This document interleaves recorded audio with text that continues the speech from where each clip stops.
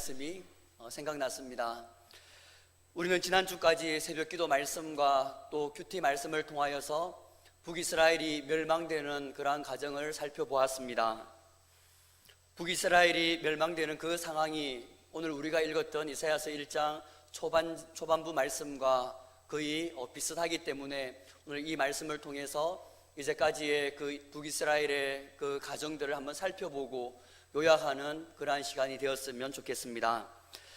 북이스라엘이 멸망된 이유는 국력이 약해서도 아니고 재력이 약해서도 아니고 하나님께 범죄하였기 때문이다라고 열왕기하 17장은 말씀하고 있습니다. 출애굽시켜 주신 하나님의 은혜를 멸시하였고, 그리고 하나님의 말씀대로 살아가지도 않고 또 하나님보다 우상을 더욱더 숭배하면서 나아갔기 때문입니다.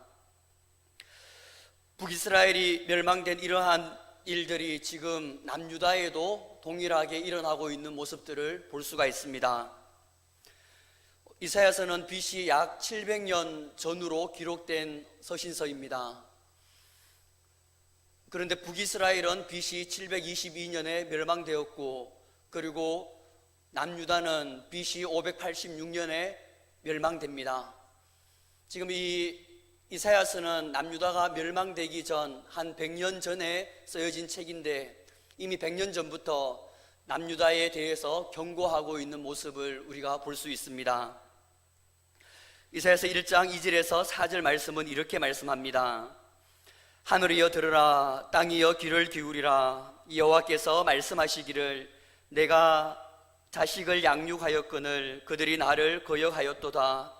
소는 그 임자를 알고 나귀는 그 주인의 구유를 알건만은 이스라엘은 알지 못하고 나의 백성은 깨닫지 못하는도다 하셨도다. 슬프다 범죄한 나라요, 허물진 백성이요, 행악의 종자요, 행위가 부패한 자식이로다. 그들이 여호와를 버리며 이스라엘의 거룩하신 이를 만홀히 여겨 멀리하고 물러갔도다 라고 이렇게 말씀합니다. 하나님께서는 북이스라엘도 그렇고 남유다도 그렇고 출애굽에서 구원시켜 주셨고, 그리고 젖과 꿀이 흐르는 그러한 가나안 땅으로 인도하여 주셨습니다. 그럼에도 불구하고 이들 두 나라 모두는 하나님을 거역하고 또 하나님을 버리면서 우상을 섬기며 나아갔습니다. 하나님께서 얼마나 답답하셨던지 이 남유다를 보면서 가축에 비유하고 있는 모습을 볼 수 있습니다. 소도 그 주인을 알고 나귀도 그 주인의 구유를 아는데 어찌하여 너는 나를 알지 못하고 나를 깨닫지도 못하느냐라고 그렇게 말씀하시면서 유다의 어리석음과 그 악함을 지적하고 있습니다. 왜 이 북이스라엘과 남유다는 어리석게도 하나님을 멀리하고 우상을 계속해서 숭배하여서 결국 멸망의 그 곳으로 나아갈 수밖에 없었을까요? 말씀을 묵상하면서 왜 그랬을까? 우리는 쉽게 말씀을 묵상하면 돌이키면 되는데 왜 돌이키지 못하였을까라는 그러한 생각을 해보았습니다. 그것은 죄로 말미암아서 영적인 지각이 상실되었고, 영적으로 아는 것과 영적으로 깨닫는 것이 이미 상실되었고, 그리고 이 죄라는 죄 때문에 영적으로 깨닫는 것이 무뎌짐으로써 하나님과의 관계가 멀어져 있기 때문인 것입니다. 왜냐하면 이 죄는 달콤합니다. 그리고 죄는 또한 우리에게 많은 유익을 줍니다. 우리를 달콤함과 우리의 세상적인 유익으로 우리를 유인하고, 그리고 또한 계속해서 그 달콤함과 유익으로 우리를 유인해서 그 죄 가운데 계속해서 거하게 해서 그 죄가 우리를 습관화되도록 만들고, 그 습관화됨으로 말미암아서 죄가 죄인 줄도 모르고 계속해서 그렇게 생활하면서 나아가는 것입니다. 예를 든다면 교통법규 중에서 가속이나 아니면 신호위반이나 중앙선 침범이나 그런 것들을 하면 경찰에 걸리지만 않으면 우리에게 많은 유익을 줍니다. 시간도 절약되고, 그리고 또한 내가 편하게 그 생활을 할 수가 있는 것입니다. 그렇기 때문에 우리는 하나님의 말씀인 정의와 공의를 행하라는 그 말씀을 알면서도 이 죄악의 달콤함과 이 죄악의 편안함 때문에 계속해서 교통법규를 어기면서 그렇게 살아가고 있는 것입니다. 업욕을 품거나 업욕을 행하면 한순간에는 참 쾌락적이고 참 행복합니다. 이 육체적인 쾌락과 이 기쁨을 맛보게 되고 또한 그것이 계속해서 반복됨으로 말미암아 이 업욕을 계속해서 품게 되는 것이고 음행을 계속해서 저지르게 되는 것입니다. 그것이 죄의 그러한 습성인 것입니다. 북이스라엘과 남유다도 마찬가지였을 거라고 생각합니다. 처음에는 가나안 땅에 있는 그러한 우상들을 멀리했지만 그러나 그 가나안 족속들이 세상의 풍요로움을 가져다 준다고 그렇게 말하고 또한 세상에 번영을 가져다 준다고 그렇게 말하니까 처음에 조금 그렇게 한번 섬겨보니까 실제적으로 그렇게 된다라는 그런 착각을 가졌습니다. 그러므로 말미암아서 계속해서 바알을 숭배하게 되고 아세라상이라든지 몰렉이라든지 그 모든 우상들을 숭배하게 되었고 점점 이 죄의 습성으로 말미암아 하나님과 멀어지게 되었고 영적인 이 지각이 사라짐으로 말미암아서 계속해서 우상을 숭배하면서 나아갔던 것입니다. 우리는 이 영적인 지각을 다시 한번 회복해야 됩니다. 이 영적인 지각을 회복하기 위해서는 우리가 이 죄를 멀리해야 됩니다. 죄는 우리의 영혼을 무너뜨리고 그리고 또한 하나님과의 관계를 멀어지게 합니다. 죄는 하나님을 바르게 알지 못하게 할 뿐만 아니라 하나님의 말씀을 바르게 깨닫지도 못하게 합니다. 그렇기 때문에 우리가 이 죄를 어떻게 해서든지 멀리해야 되고 또 이 죄를 짓지 않기 위해서 우리가 몸부림쳐야 되는 것입니다. 그렇게 나아가기 위해서는 우리가 매일매일 말씀과 기도 가운데 나아가야 되는 것이고 우리가 하나님의 그 은혜를 구하면서 하나님 앞으로 나아가야 되는 것입니다. 하나님께서는 지금 이 순간에도 우리 가운데 죄 가운데 거하지 말고 영적인 그 지각을 깨달아서 하나님께로 나아오라라고 그렇게 말씀하고 있습니다.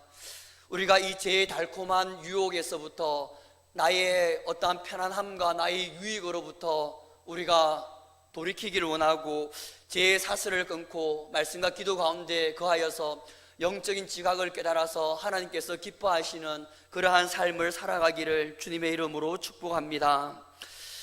하나님께서는 죄에서 돌아서서 북이스라엘과 남유다를 보면서 끊임없이 하나님께로 돌이키기를 원하는 모습을 볼 수가 있습니다.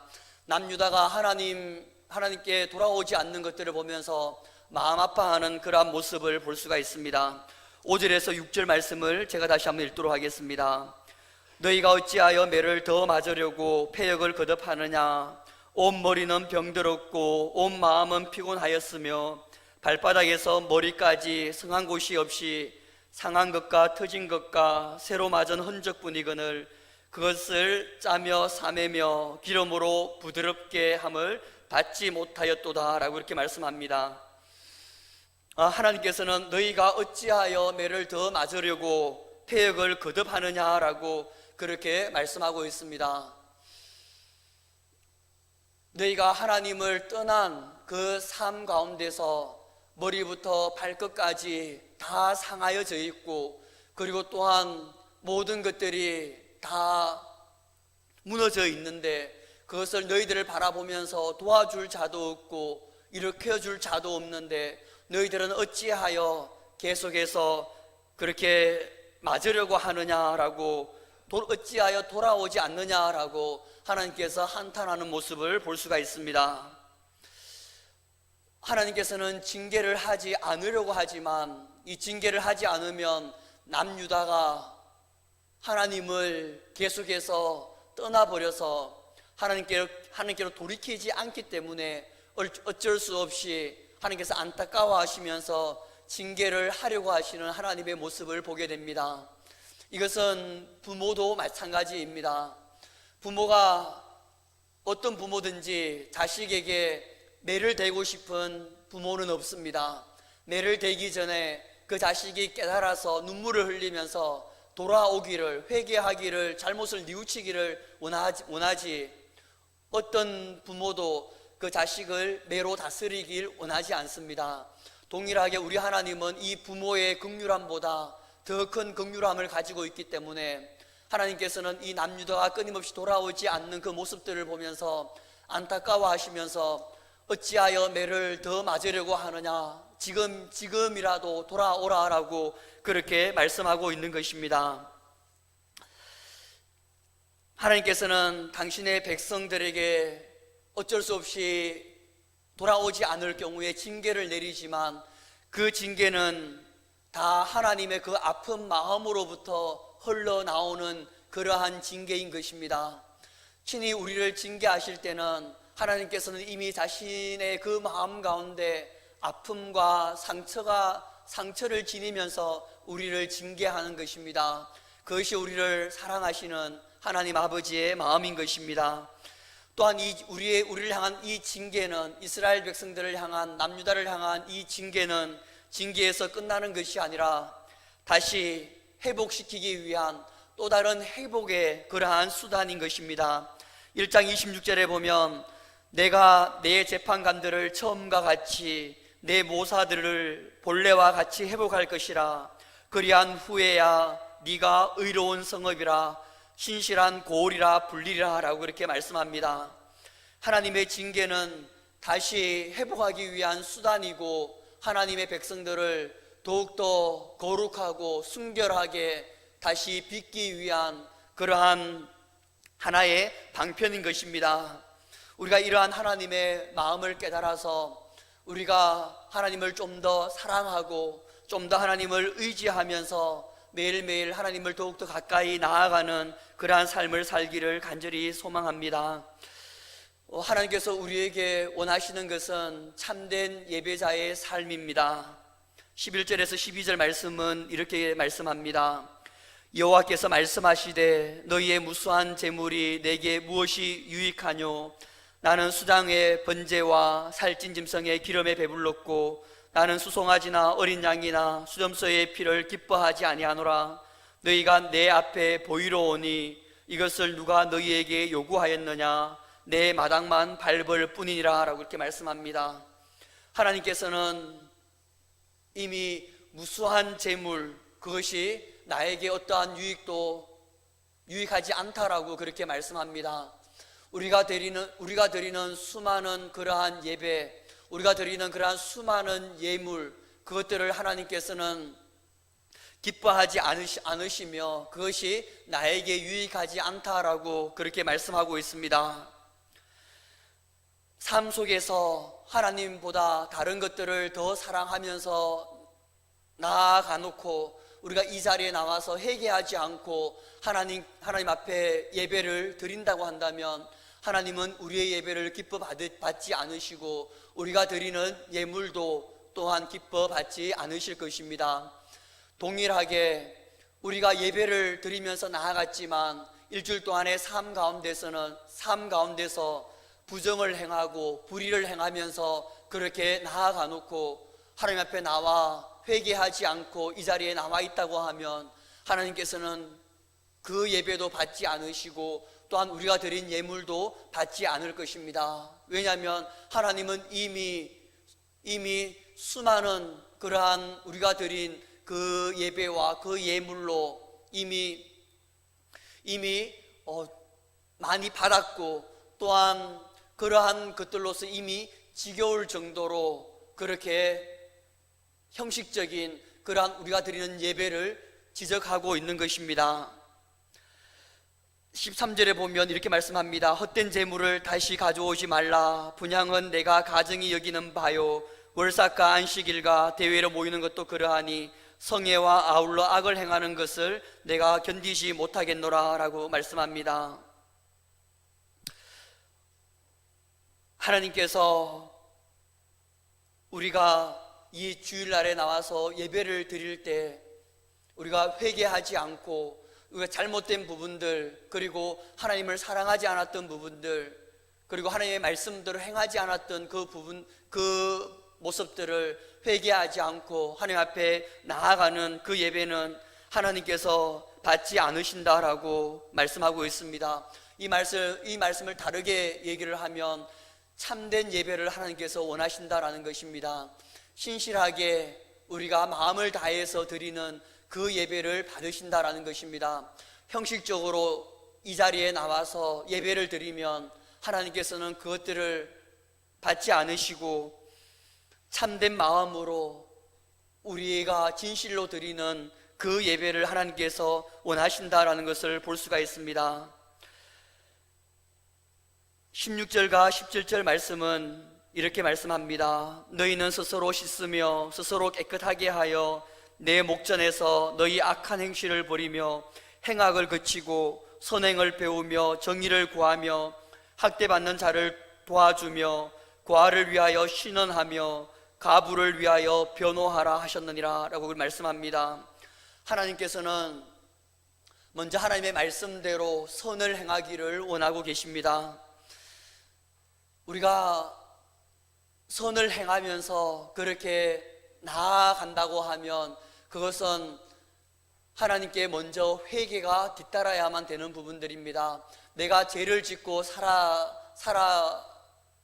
살아갔는데 한순간에 내가 선을 행하겠다라고 그렇게 결심하는 것은 그 선을 행하기 이전에 회개하는 그 마음이 선행됐음을 보게 됩니다.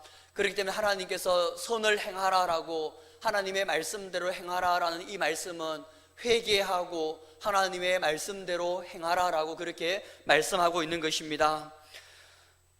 하나님께서는 우리 가운데 회개하면서 우리의 삶이 하나님 말씀대로 행하는 그러한 삶을 기뻐하시고 또한 그러한 삶을 드리면서 하나님 앞에 나와서 예배를 드릴 때 그 하나님께서는 그 예배를 기뻐 받아주신다라고 말씀하고 있는 것입니다. 삶과 예배는 떨어질래야 떨어질 수가 없는 동전의 앞뒷면과 같습니다. 우리가 먼저 하나님 앞에 온전한 예배를 드리고 그리고 또한 그 예배 가운데서 하나님의 은혜와 긍휼을 덧입고 그 하나님께 주시는 그 은혜를 가지고 삶 속에서 믿음으로 살아가는 삶, 하나님의 말씀대로 행하는 삶, 그 삶이 하나님 보시기에 합당한 삶인 것입니다. 하나님께서 온전히 받으시는 그러한 예배인 것입니다. 또한 우리가 먼저 하나님 앞에 나와서 예배 드리기 이전에 우리의 삶을 돌아보면서 정말 우리의 삶이 하나님 보시기에 정의와 공의를 행하는 그러한 삶을 살아갔을 때 하나님께서는 우리의 삶도 기뻐 받아주시는 것이고, 만약 우리가 하나님의 말씀대로 살아가지 못하였을 때는 회개하면서 하나님 앞에 예배드리며 나아간다고 하면 하나님께서 우리가 드리는 그 예배도 기뻐 받으실 것입니다. 하나님께서는 오늘 말씀에 보면 너희가 수많은 예배를 드릴지라도, 수많은 예물을 드릴지라도 그것은 나에게 유익이 없다라고 말씀하시면서 그것은 내 마당만 밟을 뿐이다 라고 말씀하고 있습니다. 우리 가운데 참된 그러한 마음 없이 드리는 형식적인 예배, 우리의 삶 속에서도 하나님께서 하나님의 그 말씀대로 행하기 위해서 노력하지 않고 또한 이 자리에 나와서 회개하지 않고 드리는 그러한 형식적인 예배, 그러한 예배는 하나님께서 내 마당만 밟을 뿐이고 내 지성소로 들어와서 하나님의 은혜를 누리지 못한다라고 말씀하고 있습니다. 이제 무더운 여름날도 다 지나가고 선선한 가을이 다가왔습니다. 이 천고마비의 계절인 만큼 우리의 영혼이 살찌기를 소망합니다. 우리가 드리는 이 예배와 우리가 날마다 드리는 이 삶의 예배가 정말 하나님 보시기에 합한 그러한 예배가 되길 원합니다. 그래서 우리가 드리는 이 예배뿐만이 아니라 우리의 삶이 하나님 보시기에 정말 합당한 삶이 되어서 하나님께서 기뻐하시는 그러한 예배가 되고, 그리고 또한 우리의 예배와 우리의 삶을 통하여서 하나님의 그 지성소 안으로 들어가서 하나님의 그 충만한 은혜를 누리면서 하나님께서 주시는 그 참된 기쁨을 맛보아 경험하는 그러한 예배와 그러한 삶이 되기를 주님의 이름으로 축복합니다. 결론을 맺겠습니다. 남유다와 북이스라엘은 죄의 달콤함과 그리고 또한 죄의 그 유익 때문에 우상을 숭배하면서 하나님의 말씀을 저버리고 하나님을 더 멀리하면서 나아가는 모습을 보게 됩니다.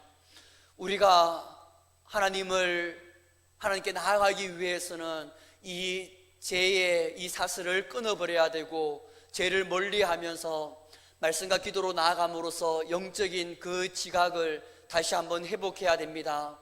그렇게 나아갔을 때 우리가 하나님 안에 온전히 거하게 되고, 그리고 또한 하나님께서 그 원하시는 그러한 예배를 드릴 수가 있습니다.